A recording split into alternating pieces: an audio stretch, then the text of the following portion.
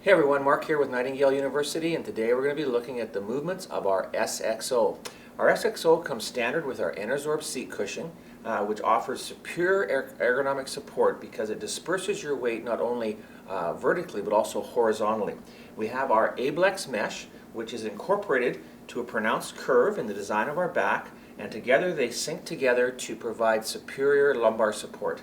Also on the back of our SXO, we have a very unique storage area here, a pocket for whatever you want to store through your workday. Also too, there's a plate here. You can put a headrest on afterwards if you'd like. Our arms are three-directional. They come out easily for you to widen your width. There's a trigger in the front which gives you lockable height positioning. And underneath the front of an elongated arm pad, you have a three-way pivot button. And it locks into place with every click you hear. That's locking securely into place for you. Okay. Underneath we have our tilt paddle.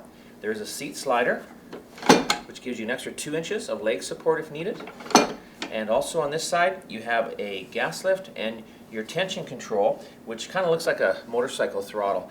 You tighten it right to tight it, and you loosen it left to make it a looser, easier movement for you. I'm just going to get up and sit in this now, and we'll take it for a little bit of a test drive and show you some of these movements.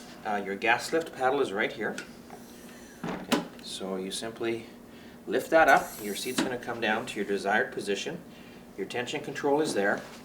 And what that's going to do is determine how firm or loose your rocking or free-floating positioning in this chair is. Okay. When your paddle is down, it's unlocked and you have full movement. When you want to put it into whatever position, this has infinite locking position, folks. So you put it to where you want it, you lift your paddle up, and it stays there. It's locked for you through your workday. Okay.